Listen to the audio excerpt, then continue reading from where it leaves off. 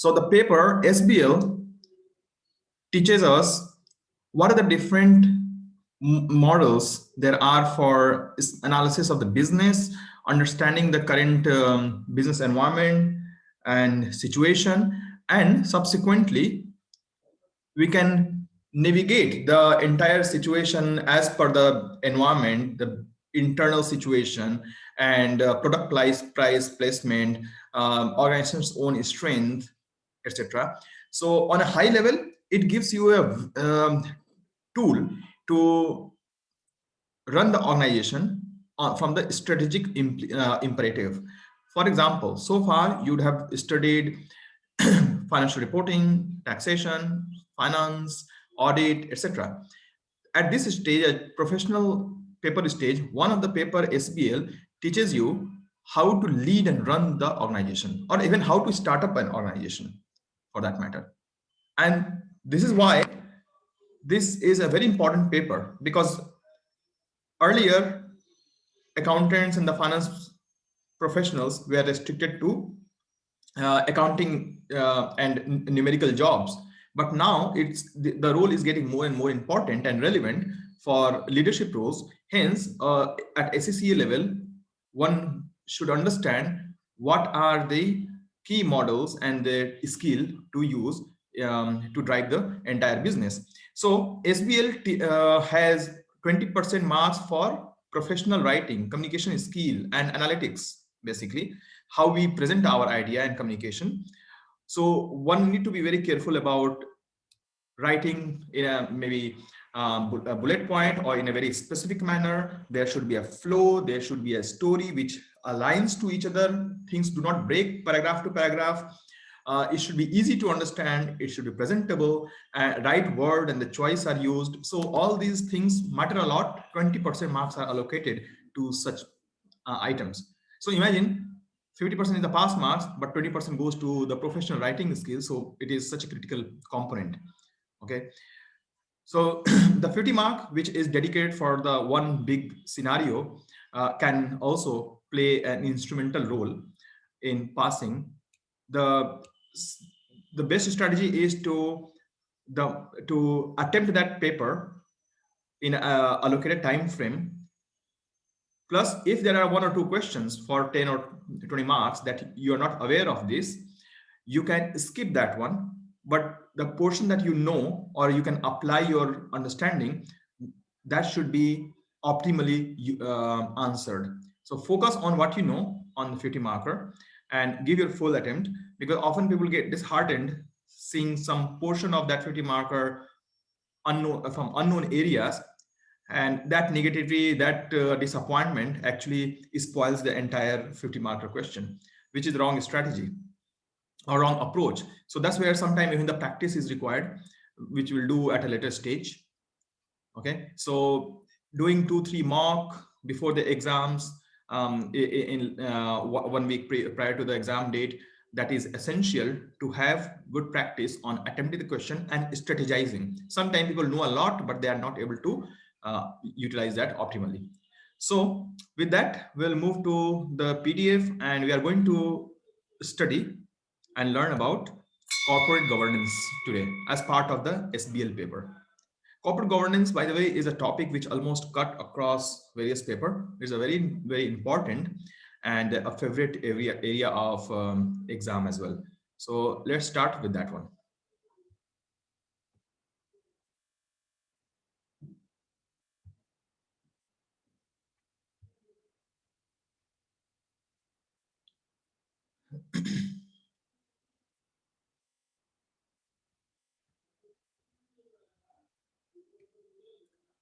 So to provide a context, what a corporate governance is, we will be talking about the definition from OECD and other such organization which has been defined.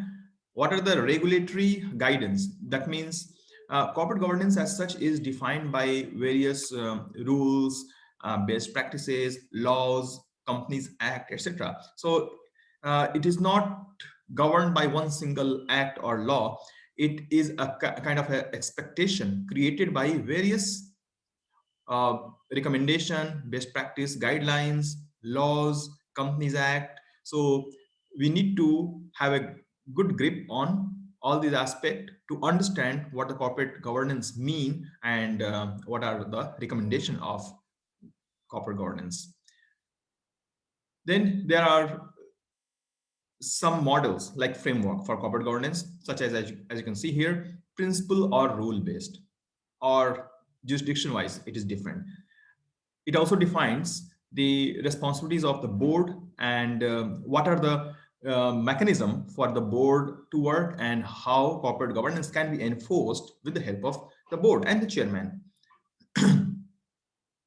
And finally, the impact of the corporate governance. But before we jump into that, we need to take a step back and understand the fundamental reason why the corporate governance is required, why we are even talking about this. And then everything will start to make sense very intuitively, right? It's a very logical flow that is there for corporate governance. Though the textbook does not start with agency issue, but here it is worth to talk about agency issue to start with, right? At this level, you would have definitely heard many times about the agency issue, but no harm just to repeat.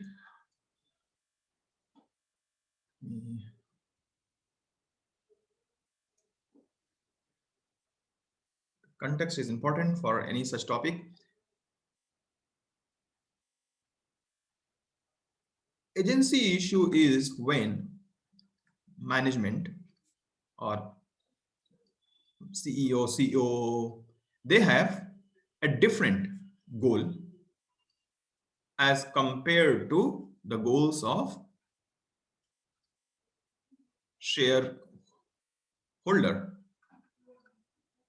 Okay, so they have two different goals, and these two goals are kind of divorced. They are not aligned. They are not in the same direction. And why it happens? Because shareholders have invested money. They want maybe immediate return in terms of dividend or some long-term capital gain, appreciation in the price. On the other hand, management, and we all can feel that there is a component of a shareholder as well as the management in each of us. You would also think from a different perspective and feel that sometimes you think like a shareholder, and another moment you might think like a CEO or management, right? For an organization. If you have invested in your favorite company, you are a shareholder. If you are working as an employee and you aspire to become to go to the top, you are thinking like a management or CEO. So there is a conflict of interest here somewhere in the role of the management itself, because management is vested with the power to run the organization on day-to-day basis. These people don't have all the details what is going on, and hence they might run the organization the way it helps them serve their interest, their goals. But their role was originally to serve shareholders' goal. Now shareholders are not involved, so management will start to serve their own interest, their own goal. And what could be their goal? Better percentage of the hike, promotion, better salary, bonus, bigger team, bigger jurisdiction, more headcounts, or maybe they often they want to support their brainchild project, right? They want to aspire some amazing rocket making project at the expense of the company, right? So because of that, there are separation of the interest, conflict of interest with the shareholder, and that is called agency issue. How to minimize agency issues? There are various laws, regulations, Companies Act, best practices, and one of the biggest weapon is one of the biggest medicine to cure agency issue is this guy, corporate governance. This is why we are talking about this now. This is why it is important. Otherwise, it's just like another topic, but it is critical. Now imagine another situation here, and it is important to get some background. As businesses are becoming more global, right? Eloku, your name is that, right? So as a business is becoming more global, more complex, vast, many product line and products basically, it is very hard for any shareholder to understand what is going on. Only the CEO and the management will have the good grip of the understanding. In such situation, it is even more essential that the corporate governance is enforced appropriately and it is upgraded time to time. What works 10 years ago might not work now. As the situation is changing, we need to change such governance model as well. All right, with that, let's jump to something more textbook based. A set of relationship between a company's director. So to understand the corporate governance with this storyline, we can see this is a relationship between a company's director. Who are they? Management, right? It's the shareholders and other stakeholders. It also provides a structure through which the objective of the company are set and means of obtaining these objectives and monitoring performance are determined. So it is essentially saying some of the keywords, set of relationships. So corporate governance emphasize on the relationship between directors, you can consider them as management, and the shareholders and other stakeholders. Interestingly, when we talk about shareholder, they are the ones who have invested money. But when we talk about the stakeholder, who are the stakeholder? Anybody who is impacted by the affair of a company are a stakeholder. And in that sense, suppose that a company like any soft drink company, okay, I don't want to be specific about the Pepsi or Coca-Cola, any company, they have built a plant in your town, okay, and they are, my drawing is not good at this moment, they are just selling soft drinks, but in that area there is a water scarcity. They are using the water, they are processing the water and selling the soft drink, but on the same time they need to think about sustainability, right? The water, because it is required by everybody in the area, not only those who drink the soft drinks. Water is critical. Then any harmful activity for environment, all these things they need to consider, and such that those who are living in the neighborhood are not impacted because of the activity of the company. If they are, then it is not only unethical, but it is unlawful and it is impacting other stakeholders. So companies employ the neighborhood, the government, and all these people are the stakeholder of the company, but those who have invested are shareholders. So this corporate governance is a relationship between all these parties, okay, and it provides a structure. Structure means how to behave, how to create expectation, how to talk and communicate with each other, how to maintain the transparency. So it provides the structure and the objective of the company, basically, to achieve the ultimate goal of the organization, to achieve the objective of the stakeholders. So that's the essentially meaning of corporate governance. Just let me clean it up so that you can see it more clearly. Another definition of the Cadbury report. So this is OECD definition. The corporate governance, as per Cadbury report, says it is the system by which organizations are directed and controlled. Okay, and the system, of course, has the underlying assumption is that has to be fair, transparent, right, and a win-win. It should not be just win-lose. It should be a win-win. So these two report. What is the OECD, by the way? Organization of Economic Cooperation and Development. So they have their definition of corporate governance. Identify the benefits to any business of applying a corporate governance framework. What could be the benefit to any government, to any business if they apply corporate governance framework? Well, they will win trust building, right? It brings transparency, right? Clarity of roles and responsibility, right? Even clarity of expectations.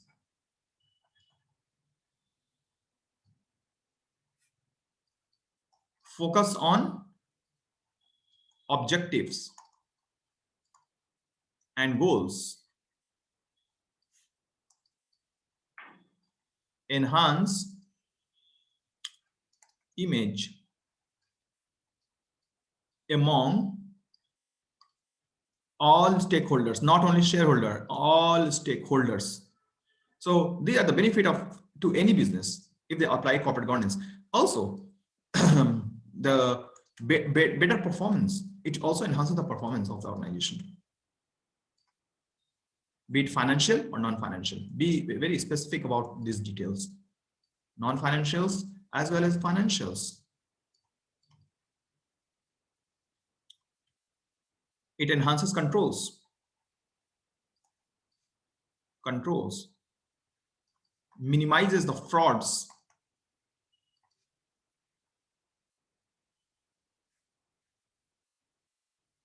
Why? How it minimizes the fraud? Because suppose there's a corporate governance code being followed, the board of director is doing their job, there is an audit committee, there is a remuneration committee, all the suggested steps of the corporate governance are followed.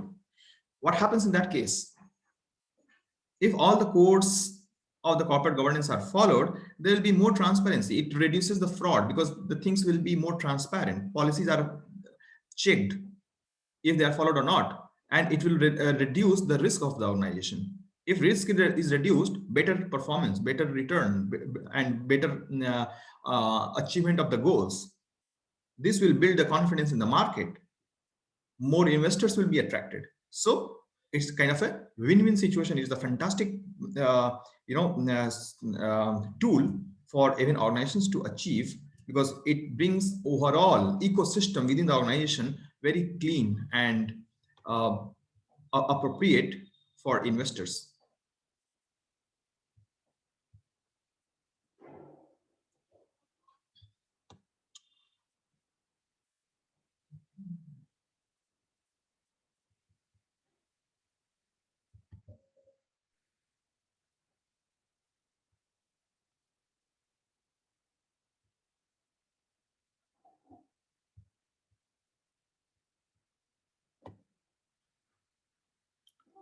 So somebody's trying to enter the room, the Zoom meeting.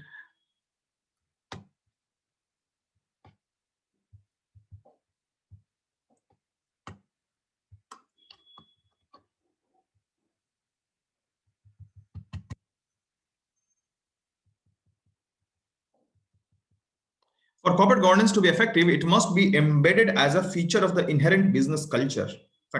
Great point.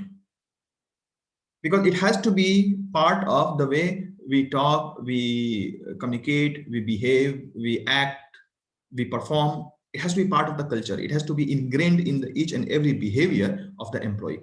That's the meaning of the culture. In the exam, you may also need to ascertain whether or not the corporate governance is in use in a particular company. Okay, so what would be the exam situation? Let me talk from that perspective. So there could be a situation given to you, which will say, Mr. A is a CEO of the company, and he does not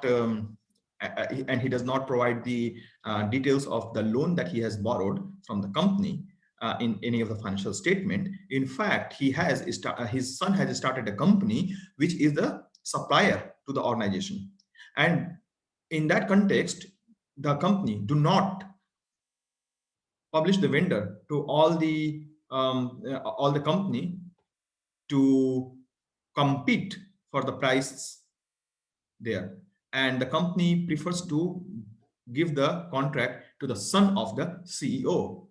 When an employee said that it is expensive, basically the CFO ignored that suggestion, that the price is charged too much by the son of the CEO. Another issue that is observed is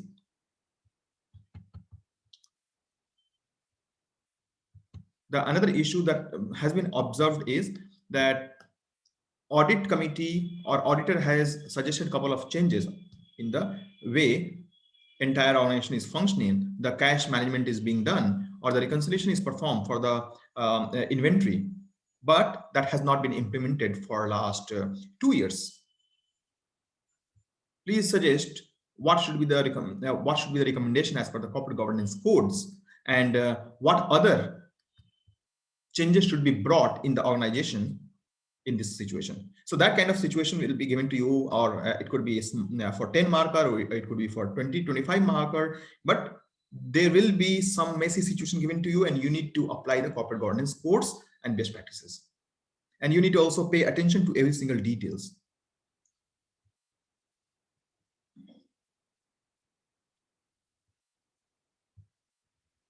Now, the following diagram illustrates the 11 core principles that underlie most good corporate governance system. Now, what are those 11 codes? Integrity, fairness, judgment, independence, skepticism, transparency, probity, responsibility, accountability, and innovation. None of these are kind of very new concept as such. The key is that you need to remember them. And I often suggest to students, whenever you're trying to remember any such list, you need to build acronyms. Okay, so here I, F, J, I, S, and then comes T, P, R, A, I. Okay, with this, you can make your own set of acronym. So this is I.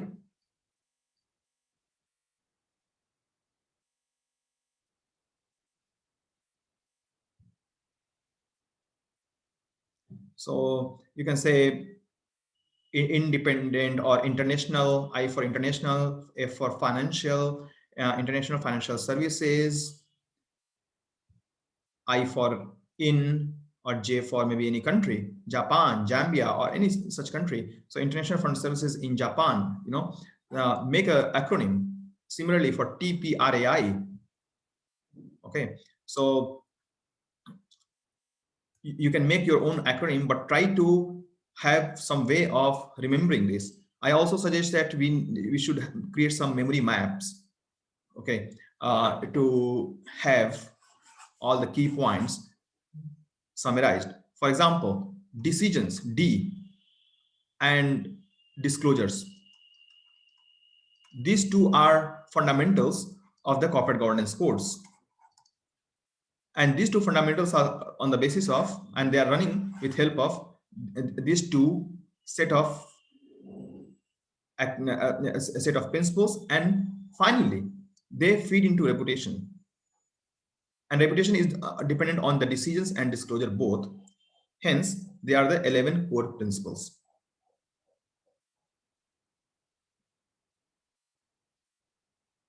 So just quickly to review: integrity is something that we need to maintain even if no one is watching. Fairness, be fair to all, or the test of fairness is if similar thing is applied to us and to you, would you like? So that is a test of fairness. Judgment, independence, are we independent as the leader of the organization? Are we favoring anybody? Skepticism, like as the corporate governance person or the auditor or any responsible person in the organization, you need to have a professional skepticism. In fact, often it is called professional skepticism. You would have studied about this in audit as well, right? You need to have a very inquisitive mindset, ability to think through, not just take everything on the face value, right? Transparency, people should know what is going on, and you need to maintain that. Probity, being truthful, not misleading, not to provide a confusing information, or not to provide half truth. Half truth is also false. Responsibility, accountability, innovation, and reputation. Finally, all the 10 factors, which is up to here, leads to reputation. And in today's world, especially when the social media and information system is so efficient that all the details fast quite quickly, especially the bad news travels faster. So it is critical to guard the reputation. Otherwise, once the once the image of the company is damaged, people just start to boycott, or they don't like the product. And there has been a detailed study from um, Harvard Business School, that the company which follows the ethical standard, the code, or the company that is liked by the customer and client, those company in 5 years time achieve 15% more sales as compared to average. Okay, so in 5 years time, gradually what happens, that reputation makes company so much desirable that in 5 years a company can achieve 15% more of the sales as compared to any average company, if the reputation is good, if the company is considered ethical. And imagine having 15% additional revenue just because of your image. That's a fantastic thing. So guard the reputation and take the help of corporate governance. Regulatory guidance. What the regulations are saying. So we have already talked about Organization for Economic Cooperation and Development, Cadbury report, etc. So we got multiple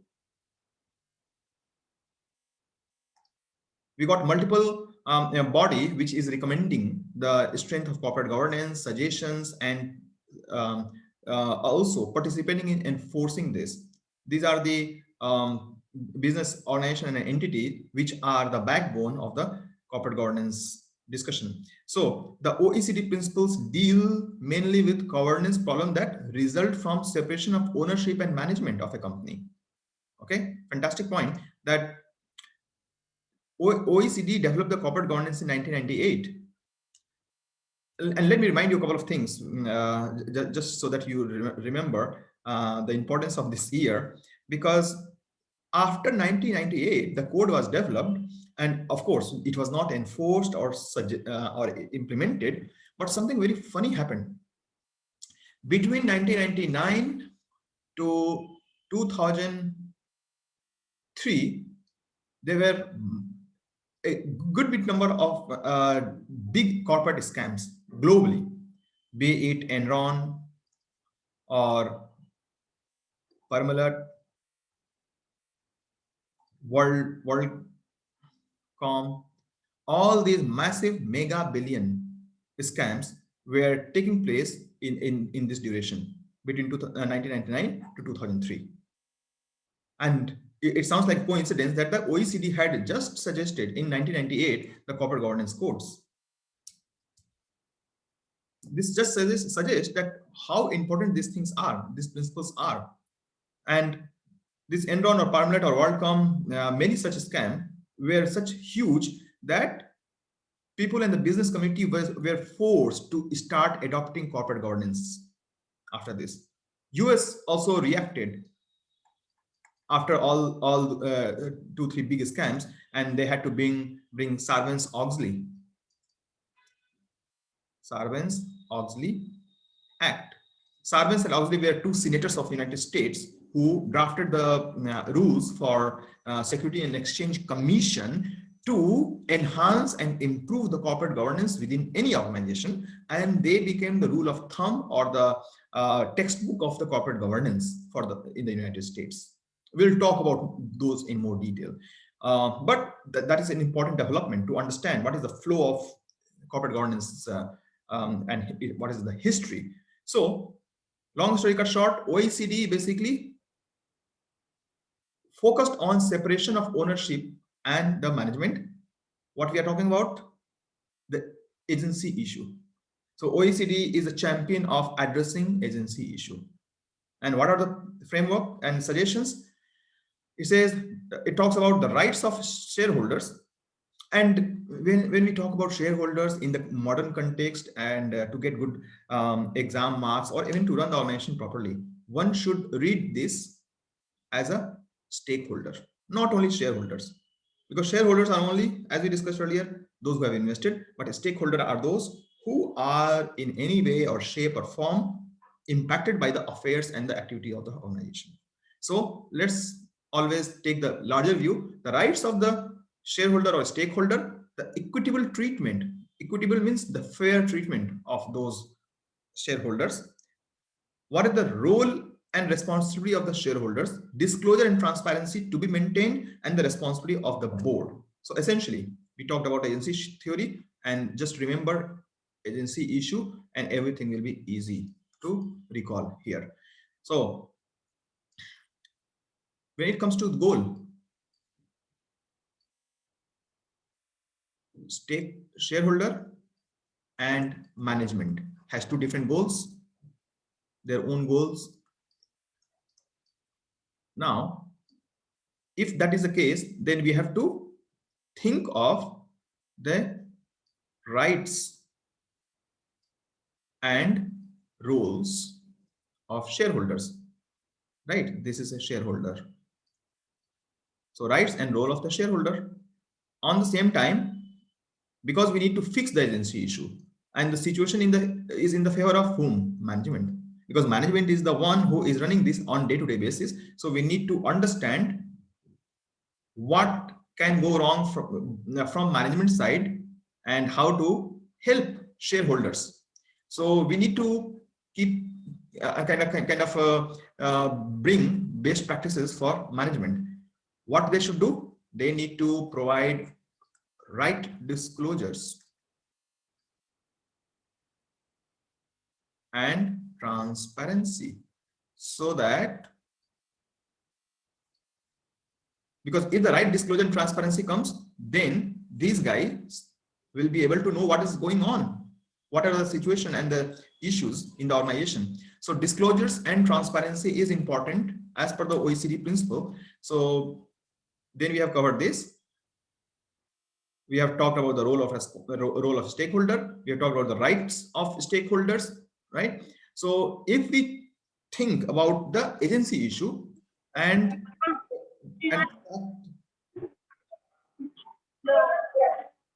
the fact that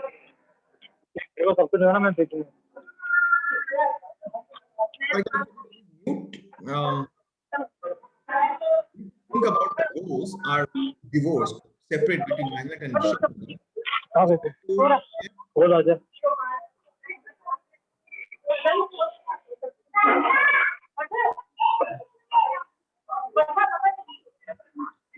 Sorry, Mr. Nidhish, can you please mute?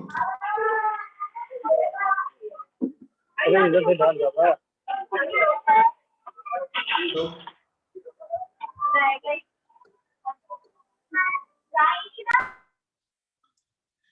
all right. So rights and roles of the shareholders needs to be highlighted here as part of the OECD principles.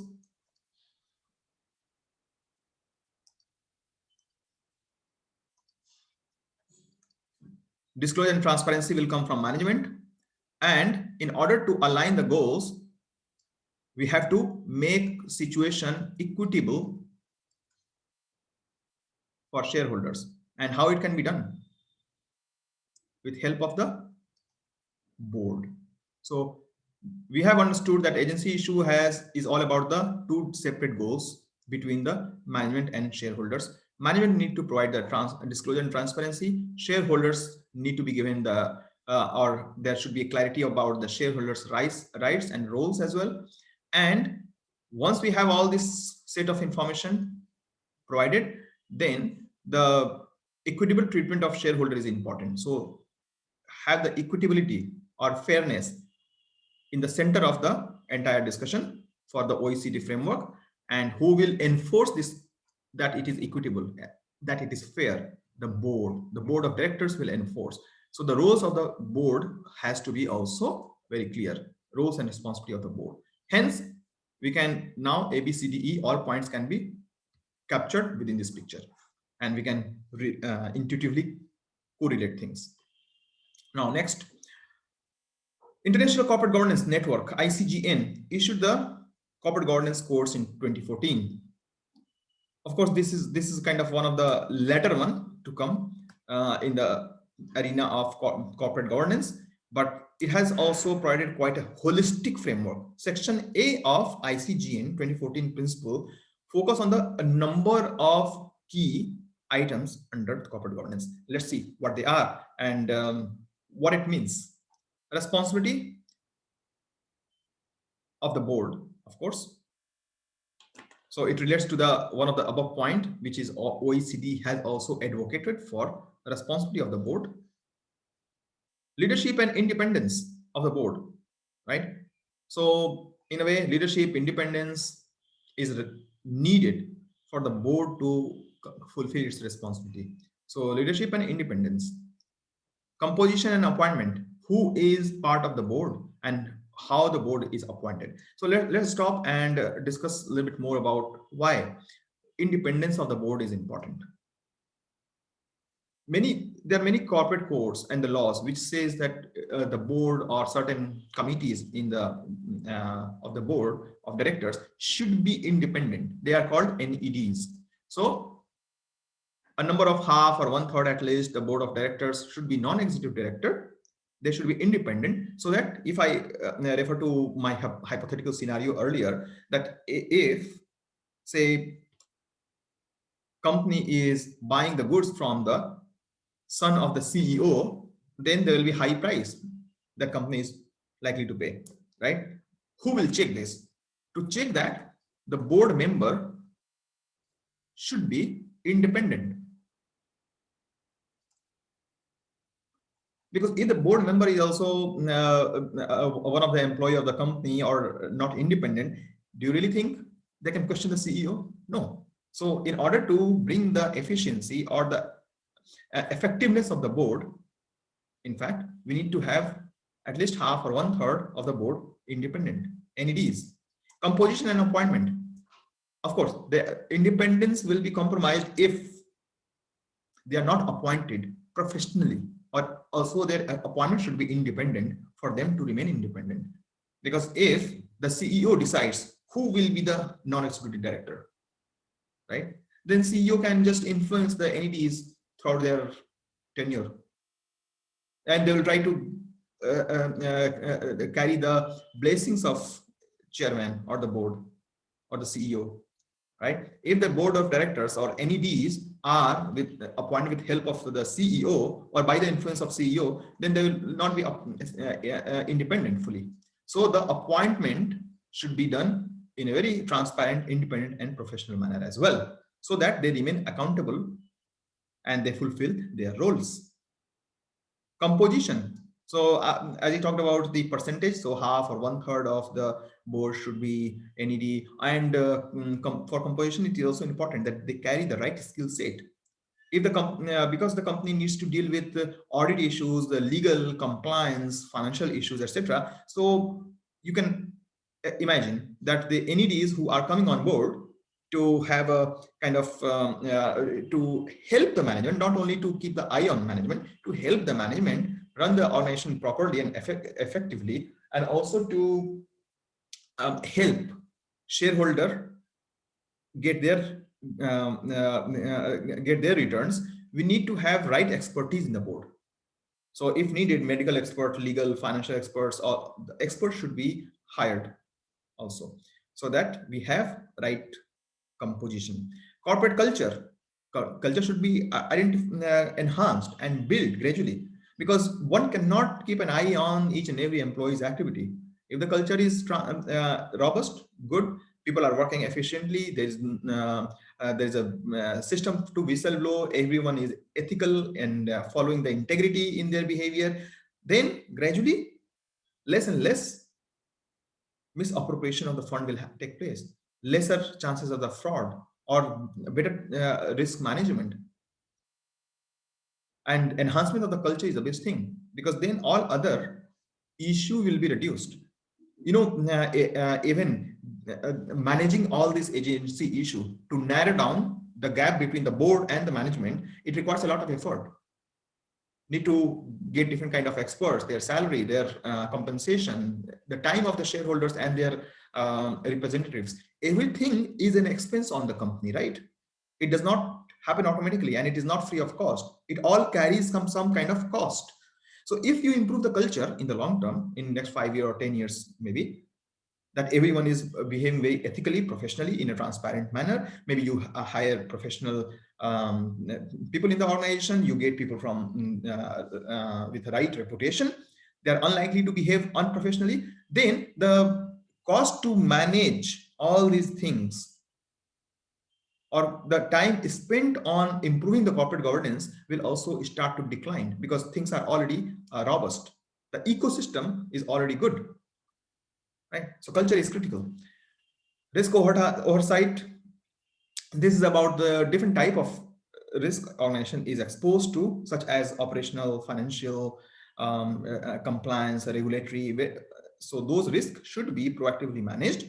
Remuneration of the management. That is another situation where the agency issue is also observed in a opposite manner, right? We have talked about a situation when management knows too much and has all the control of the organization, so they do not respect the rights of shareholders. But on the same time, it can also happen that this management, right, is working extremely hard. They are professional, they are qualified and competent, but shareholders who control the board, and board decide the salary and the package of management. What if management is not paid enough commensurate to their performance and their experience and expertise? If they are not paid enough, there could be two things, right? A, demotivated. They will be demotivated. If they are demotivated, organizational performance will decline gradually. Or management might pursue their own goals. If they pursue their own goal, what can happen? Organizational objective might not be met. They will just try to focus on the things that will improve their performance, in a very destructive manner. They will focus too much on their bonus, their salary, their growth, and the promotions. Their focus will be entirely different, right? So remuneration is important for people to keep them keep their integrity, keep them focused, keep them motivated. Remuneration should be carefully designed, right? In fact, to give you an idea, there is a suggestion, or is a recommended practice, that every organization should have a remuneration committee. Remuneration committee to decide the salary and package and benefit of not only the management, CEO, etc., but also of the board. All right, so reporting and audit, there should be audit committee, reporting should be transparent, internal policies should be implemented. External auditor, when they come, they need to also check whether all the policies are being complied upon or not. And in that context, there should be an audit committee to look after the entire policy implementation or audit, even internal audits, not only external, internal audit. Any observation of auditors, all these things should be on the radar of reporting and audit function, i.e. the audit committee. General meetings, board should also time to time meet, discuss what is going on in the company, assess their own performance, and report to the shareholders and the chairman. And finally, shareholders' right, that we have discussed in OECD principle as well. Here, shareholders' rights and roles, that should be covered under the International Corporate Governance Network, ICGN suggestions. So there are 9 suggestions from ICGN, quite holistic, quite detailed, and a role model for many organizations to follow. Now comes a higher level of debate. Like in the corporate governance world, there are 2 approaches taken. Sometimes it is principle-based or rule-based. Before we go into this, let's take a step back and understand how the financial reporting has developed in the world, because a similar discussion happens for financial reporting. Some countries still have rule-based financial reporting, and it is said that it is easy to sometimes follow the rules and still hide the information, right? When it comes to the preparation of the financial statement or any research report. Similarly, same can be applied for corporate governance. If corporate governance is rule-based, one can follow all the rules and still can do wrong things. So what happened in the financial reporting? We have seen international financial reporting standard, which is getting popular and widely accepted across the world. Almost, I believe, 144 organizations have already, 144 countries have adopted international financial reporting standard. And the strength of that is that it is principle-based. It's not rule-based, it is principle-based. Now, similarly, there is a principle-based version of corporate governance as well. So whenever there is a discussion on rule-based versus principle-based, one thing that comes quite prominently is whenever any organization is rule-based, people have the tendency to go through the checklist, complete all the requirements, and say, "Hey, I have followed everything." But as an internal employee or the person who is in charge of all the activity, only management knows what else is hidden there, right? So what should be the rule? The rule should really be that, and again, there are pros and cons, but those who advocate principle based, they say rule should not be only followed. There should be a requirement to follow the overall principle, and the principle should be that please report whatever is important, please report whatever is substantial and important for the users to know, please report whatever you think is critical for the business and for the shareholders to know. So if you are principle based, you have the onus is on management to decide what to report and what not to report. And in the court, management cannot just say, you know what, I had completed the checklist and I have provided all the information. If there is any fraud, if there is any issue in the organization, in the principle-based environment, in the principle-based corporate governance or any such rule, the management cannot avoid the responsibility in the principle-based situation. In the rule-based, it is easy to really make the excuse that I have provided all the information as per the rule, as per the section, this, and I have done my job, right? It is easy to follow the rule, but not easy to follow the principle-based approach, right? Of course, principle-based approach can also be subjective, but there is less room to escape. With that, let's deep dive into principle-based governance and rule-based governance. What does it say? Principle-based uses a broad series of ideas to set corporate governance behavior, right? Broad series of ideas to set corporate governance behavior, usually requiring comply or explain disclosure. For example, UK Corporate Governance Code. Largely, UK follows principle-based approach in many things, be it corporate governance or the financial reporting. Rule-based governance is generally popular in United States.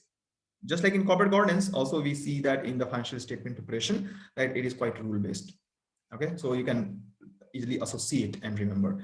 So I talked about the Sarbanes-Oxley Act earlier. So Sarbanes-Oxley Act is quite a restrictive, rule-based and detailed checklist-oriented requirement for corporate governance. It really lays down the requirement for every activity of the organization, how the corporate governance should be structured, the different teams should be formed, committees, their roles and responsibility, and all the details. So Sarbanes-Oxley is enforcing that. In fact, there are in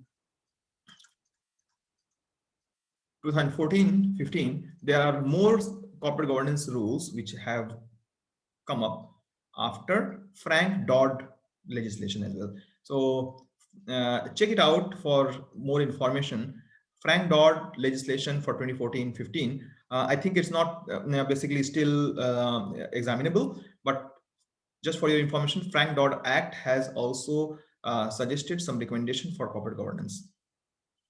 because Sarbanes-Oxley, you remember, it is it was passed back in 2002 after the series of various frauds, and it was observed that it is still not covering everything that it should. So Frank-Dodd legislation came into effect. But as we see, there's no end of such rules and legislation. Maybe 10 years later, we might have another law, because ultimately the law can never be exhaustive. It cannot be all inclusive, right? If people don't provide the required information, it is very hard to just lay down the checklist for that. And in that context, again, principle-based appears to be a very superior approach. We'll talk about the pros and cons in tabular format now. So the big debate about corporate governance globally is whether the guidance should be in the form of principle or detailed rules and regulations. Okay. The feature of principle-based is comply or explains. Also, we can say in this context, it is based on substance and reality. Whereas rule-based, non-compliance just cannot be justified. And investors tend to rely on a third party, basically, like a Securities and Exchange Commission, to penalize the company for non-compliance. So it is like a very army-like situation when there will be a number of rules laid down, and if you don't follow all of them, then there will be penalty or severe legal actions by SEC. So as an investor, you are dependent on the SEC to check what is going on and penalize the wrongdoers. But it is not comply or explain. It is based on comply, comply, and comply. That's it. Benefits. It gives the flexibility. That's a good thing. Because company to company organizations, based on their structure, their global outreach, the company might have different kind of nuances, the challenges, the issues, which even the law cannot capture all of them. So if the rules are flexible, the management can decide what to disclose and what are the important things. So it is important to have the flexibility in the modern business situation, when it is very hard to visualize what is one list of rules which should be followed. It's very hard to make one list. It's very hard to put everything in the form of the law. So standard rules do not help. Hence, the flexibility under the corporate governance course, which is principle-based, is a good deal, a good thing. Now, it applies across different legal jurisdiction, which makes the governance of a multinational business. See, that's what I said. It helps in a multinational business situation. When the organizations are global, much more diverse, have multiple product and business lines and services, then this kind of a structure is principle-based is useful. Let's see the rule-based. Easier compliance with the rules. See here, when the set of rules are given, it is easy to comply. Just like if a kid is told that, okay, you have to study 3 hours every day and sign off that you have done that. It is easy to sign off and say that I have studied 3 hours today. But in reality, it might not be the case, because they might not have given that output. So this is principle-based is about the substance, the reality, whereas rule-based is about following the standard practice or the rules. If anything goes, if any scam or any wrongdoing happens outside the rules, after following the rules, still something happens, management can escape the responsibility. And that's the weakness of rule-based. Disadvantages, the principles are so broad. Disadvantages for the principle-based. Sometimes principles can be very, very broad, can be confusing to interpret, can be very subjective as well. And often investors might not be confident of the consistency in the approach.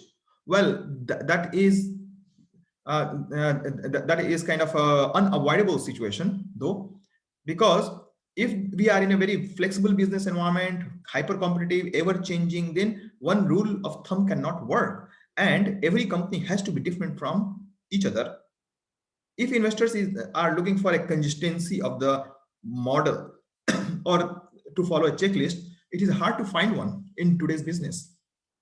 But accepted that there could be some disadvantage of following principle based. If investor is looking for a very standardized template, standardized report of corporate governance, it might not be possible under principle based, because I might report my own set of the rules and the challenges and achievement, or what I have done in for the corporate governance in my company, whereas you, based in on some other country, based in a different product line, maybe you are manufacturing a vaccine for people, your set of challenges, issue, the corporate governance problems can be completely different. So it is very difficult to compare. Of course, in rule based, the issue could be even more severe. It allows no leeway or deviation, irrespective of how illogical the situation is, right? For example, let me give a scenario.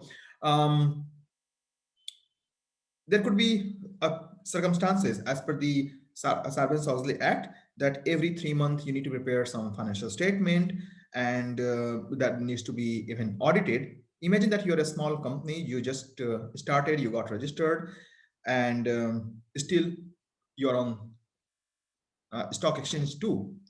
But in that circumstances, going through and building all the different committees, following the quarterly reporting, every single protocol, which is also applicable for, say, $1 trillion company, whereas you are just a small $2 billion company, right? In that contrast, there's a difference of 500 times. Still, the rule-based will be the same for both of the company, both of the size of the organizations. One is smaller, that needs more flexibility, that needs lesser reporting. The concrete area should be reported, the core area. But because of this set rule of Sarbanes-Oxley and SEC compliance, you still have to follow all those details. That could be crazy. It can be a waste of time, effort, audit, everyone's wastage of time. And still, if somebody knows something very important about the organization and the issue and do not want to report, can still not report, because that might not be asked by the rules, right? So that's the shortcoming of being rule-based. So it could be completely illogical. So enforcement can be difficult for situations that are not covered explicitly in the rules. Exactly. Anything I know about my company, I might not report because it is rule-based and rule does not ask me that point. Simply. Next, where you find them. Favored. So where are the principle-based approaches in the corporate governance? That is favored in the legal jurisdiction where the governing bodies of the stock market. See, the critical thing to remember. If the stock market is in the driving seat, right, there they have the prime role in setting standard, and it is principle based. So whenever you see stock market, they favor principle based approach. If you remember the logic and the story of how it is developed and why it is developed in a particular way, you don't have to remember or memorize this. Now, rule based, where are they preferred? Favored in legal jurisdiction that lay great emphasis on obeying the letter of the law rather than the spirit of it. Wherever there is a kind of very regimented accounting or financial system, right, which put high emphasis on the rules, that is favoring the rule-based corporate governance codes. And the prime examples are Canada and US. Here, the prime example of principle-based is UK and various Commonwealth countries, including Australia. Okay, so Commonwealth countries, Australia, UK, wherever the stock market is in the driving seat, they follow principle-based. Opposite to this, US, Canada, and the law-specific, law-oriented countries, they follow the rule-based approaches. Example given, I talked about Sarbanes-Oxley. Yeah, they're passed in 2002. UK Corporate Governance Code, the new one has been also enforced now. in 2018. So these are the aspects of rule-based versus principle-based corporate governance codes. Well, before we move on, I would welcome any question, any query, or any additional thought that you have. You might have your own experience from the workplace that you have worked into. Anything that you want to add? Pratik, Eroku, if I pronounce your name correctly, sorry. Okay. So if nothing else to add or ask, we'll move on to next page. No, sir. Fantastic. Feel free to stop me or ask any question, if any. So different jurisdiction, corporate governance in the UK. So we have talked about at length, and it seems that somewhere we love the principle based, because that's where the world is going more. Be it corporate governance or IFRS or financial reporting, things are getting more principle based. So Cadbury report, what did it say? It's not all about the chocolate. It is about the corporate governance. When Cadbury report came in 1992, voluntary code of best practice. See the word voluntary. That was the best role model for corporate governance. It already said that start to report things as you wish, but do report. Before Starbucks came in US in 2002, so there is like a 10 years difference. Why I'm telling you all these details, because it will help you remember. Otherwise, remembering the date and details of such topic is not easy sometimes. So you need to have some sort of flow of information so that it can help you recall. So Cadbury report came in 1992, but Sarbanes-Oxley was passed in 2002. So 10 years difference. Define roles for all involved with financial statements. So when the FS is created, it laid down the roles and responsibility of each party, such as director, auditor, or maybe even any vendor involved, because often you need to check with them as well. So everyone's roles was defined. Clear division of responsibility, fantastic. Non-executive director and audit committee. This is quite a surprising thing, that at that early time they had suggested the audit committee plus the roles of non-executive directors. Okay, so NEDs are as old as 1992, an audit committee. Then comes Greenberry report, another Berry report. Determination of directors' pay. So what it leads to? Remuneration committee, right? Pay and rewards, that is important part. Otherwise, it leads to agency issue again. Keep referring and relating things to each other. Then remuneration committee already done. Yes. So Greenberry report, you can remember, it talks about director's pay and it's a disclosures. Okay. So Greenberry report is all about the payment and rewards. Payment and rewards. So hope you'll remember this one easily. Hampel report 1998, reduce regulatory burden and principle based approach. Now you see the story is changing from here. Hampel report is the one which emphasized on a principle based approach, and it says that reality of the transactions and any information which is critical for the organization should be elaborately detailed. You might, it also say you might skip certain rules which is not applicable for you, and you can justify that as well, why you don't need to report that. You can make a list of all such rules which is not important to you, you want to bypass, that's okay, because that's the complete meaning of comply or explain model, which was effective after Hampel report 1998. So, and first point is actually the byproduct of second.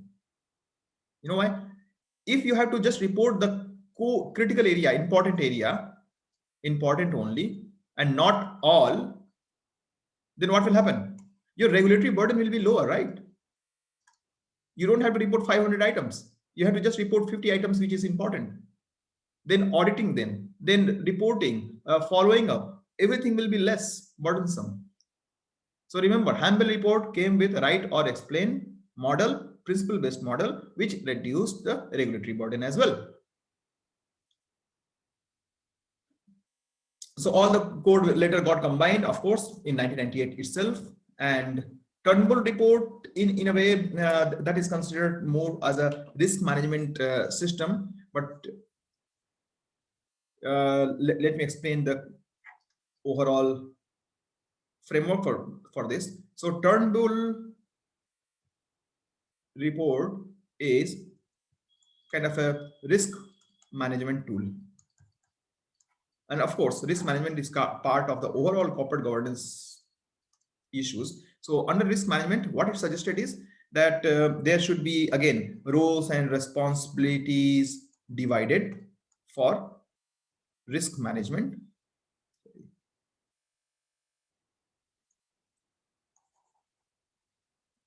Just delete.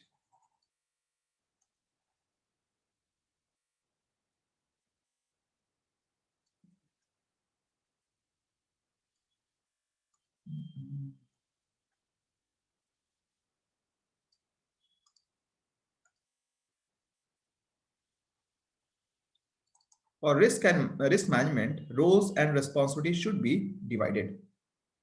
So divide roles. What it also says, enhance control.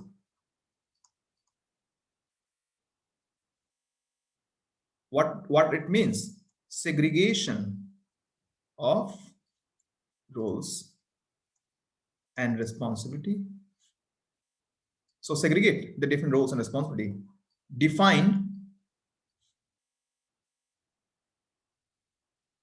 action. Because if somebody does not follow, or in certain situation, who should be doing what, and what are the complete flow of the checks and controls, that should be defined. So this is considered as the compliance manual for any company. Turnbull report. Consider this like a compliance manual. So internal control, segregation of roles, responsibility, control environment, compliance, risk management, and risk management from various reporting, various perspective. Fiduciary roles. What are the operating risk, financial risk, reputational risk, how to safeguard, how to protect the cash, protecting the organization from any fraud.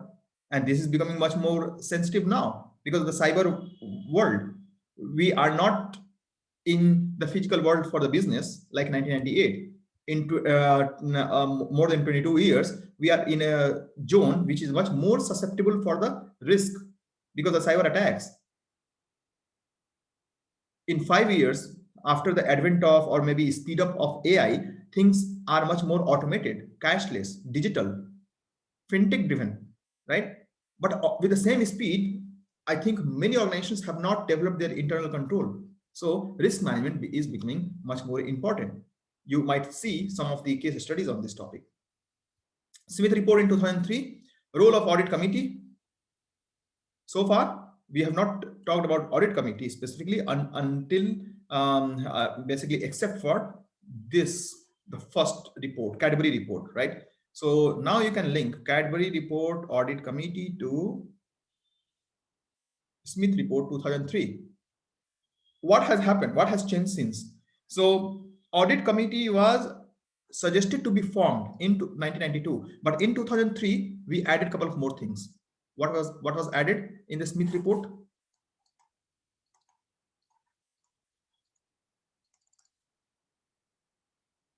Size of committee.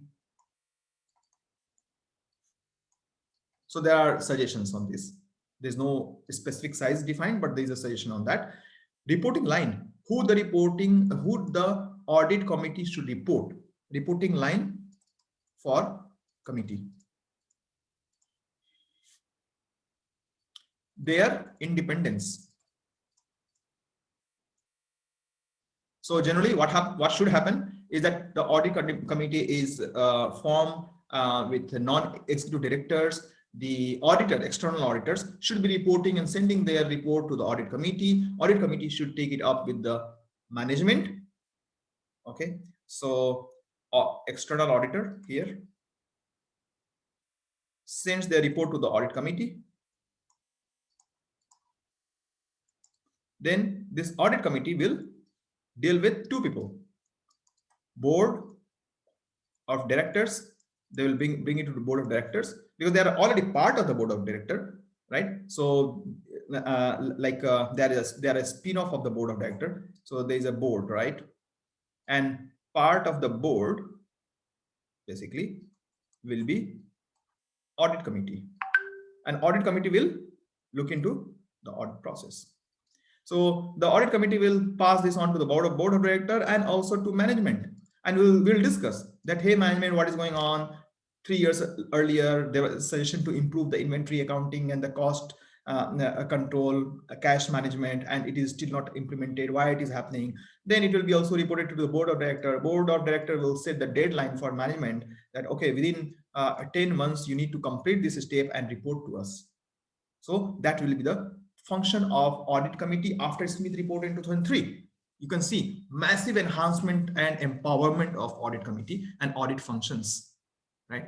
And audit actually checks internal policy as well as the overall financial statement, etc. So internal audit, external audit, both are part of the supervision by audit committee. So massive empowerment here. Higgs report. Role of non-executive directors, what they should be doing, because we have been talking about remuneration committee, audit committee, etc., and these committees are heavily dependent on non-executive directors and their roles and expertise, right? Hence Higgs report. Now you can mentally connect the entire scenario. That audit committee was first suggested in 1992 in the category report. Then it was enhanced by Smith report in 2003. But on the same year, it was important to define the roles of non-executive director. So Higgs report came to this effect and clarified the roles of the NEDs. They should be independent as well. They should have their own expertise. They should have their own salary and components defined. They should not have certain options as well. That is also Higgs report suggested.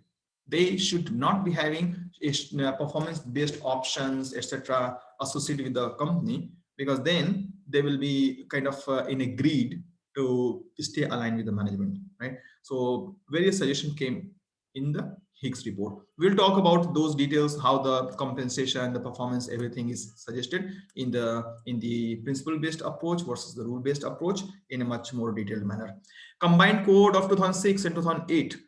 So we do not see the stoppage of the corporate governance codes.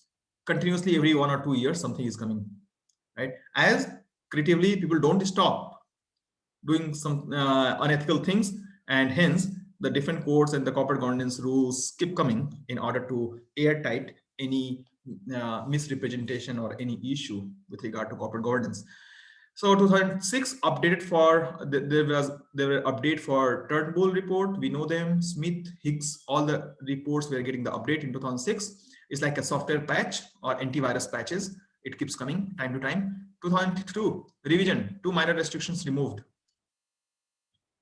So the restrictions were removed from the committees which were formed under the corporate governance. And finally, 2010 onwards saw the introduction of the UK Corporate Governance Code. And we have seen a new code has also come into effect in 2018 in UK, right? And that is the latest code to follow in UK for the corporate governance. So that is the summary of corporate governance rules as of 2010. Next topic is to talk about Sarbanes-Oxley Act 2002, and we can talk about this in next session. I don't want to overburden with this interesting topic.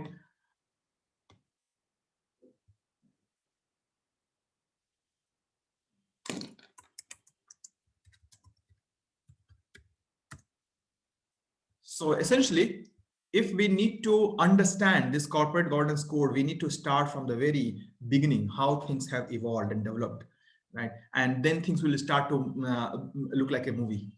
Okay, so in the next session, we are going to talk about Sarbanes-Oxley Act 2002. What were the nuances, the fine details? It's a big list, as you can expect, of the rules and regulations.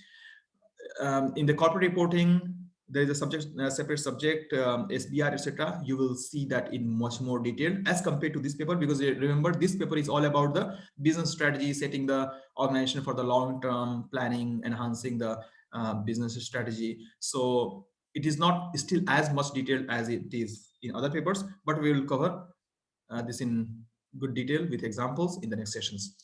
All right. So before I call for the day, let me know if any question.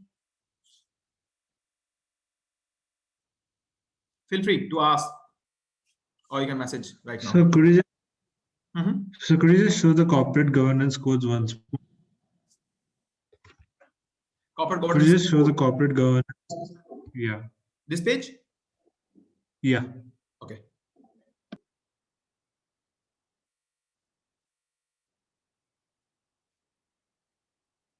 So the corporate governance in UK, the Cadbury report, Oh, that okay. list of. All right. Yeah, there's a timeline kind of thing here. So it started really from 1992.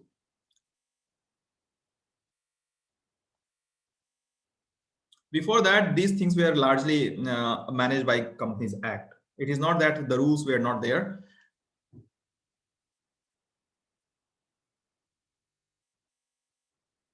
So do we have to learn all of this by heart? I mean, are these examinable? Yeah, these are examinable. The risk is not too high. Okay. It might just say that, okay, as per the Cadbury report, please suggest, the approaches the company ABC should adopt, and write a letter to managing director, right? This way. Now, if you're not aware of the Cadbury report 1992, there could be a doubt in the mind that, okay, what were the reference for Cadbury report? Or if I say, write a report to management using Hamble reporting 1998 as to how the corporate governance should be improved. Now, I'm restricting the candidate to Hamble report 1998. So what you were expected to talk about? Regulatory burden and principle-based approach. That means comply or explain model. And you don't have to report everything as per Hamble report. Hamble report say that, okay, you need to reduce the regulatory burden. You need to just report critical area, principle-based approach. And it also put more onus on the management. Now you see why it is important to have kind of overall understanding of the key reports, right? So what we can do in this case, I would suggest make a maybe personal note, like, Cadbury report 1992, and just the way I used to memorize all this, just have list of keywords. Okay, audit committee, NEDs, and third one maybe roles and responsibility of board. Okay, so if you make just 2-3 keywords for each such rules, right? In the class we'll have already discussed everything in detail. You need to just set that in the mind for memory, right? So make a keyword short note on your notebook, and that way you can memorize often. But it is important to remember the key reports and what it talked about. Even if you forget the years, that's okay, as long as you remember the name of the report. And that's why I'm trying to tell you as a story rather than a list of codes. Any other question, Pradeep? So do you suggest studying from Kaplan or BPP? Because I was going through Kaplan and I didn't come across all these timeline and all. Oh, okay. So what happens? The two textbook present things differently. Okay. So if you go in the details, it will not present this all in the timeline. It will just say Greenberry report said this, Hamble report said that, combined court said another thing, right? It's just better that we learn this as a timeline, because then you can see the evolution, right? As Darwin said, we started from fish and then evolved to the monkeys and human. It becomes like a much more like a story and easy to understand. Similarly, if we have like a storyline like this, easy to understand. But Kaplan also covers, I have seen the Kaplan book as well. Kaplan also covers all this report, but in a different format, in a different way, right? So when it comes to my preference, I'm kind of still neutral. I interchangeably use both books. When I was studying, I studied with Kaplan, in fact, right? Right now I'm using BBB for this paper because some of the presentation things are good in this. But answer to your question is that they are all, both of them are very similar. And when it comes to developing this kind of chart, it is more useful. It helps you remember and understand better. But it doesn't mean that one is superior, one book is better than other one. Yeah. If you're using Kaplan, you can continue to use that as well. Okay, thank you. And we can also see in the class overall what people are more comfortable with. Okay. So if we think that more people are inclined towards Kaplan, I have both books. I teach. I can teach comfortably with both books, and we'll just see what works better for everyone, what everyone are more inclined to, comfortable with. But I do not see any much gap between the two. Ultimately, we need to discuss, understand, and in that context, both are the same. And we'll download the question paper from the ACCA website. We'll practice on those. So ultimately, you'll have the same test. Alrighty. Any other technical question on codes? No, sir. Okay, wonderful. Hello, anything from you? Thank you. All right, thanks. So, all right, see you later. And I'm then ending the class now. Take care.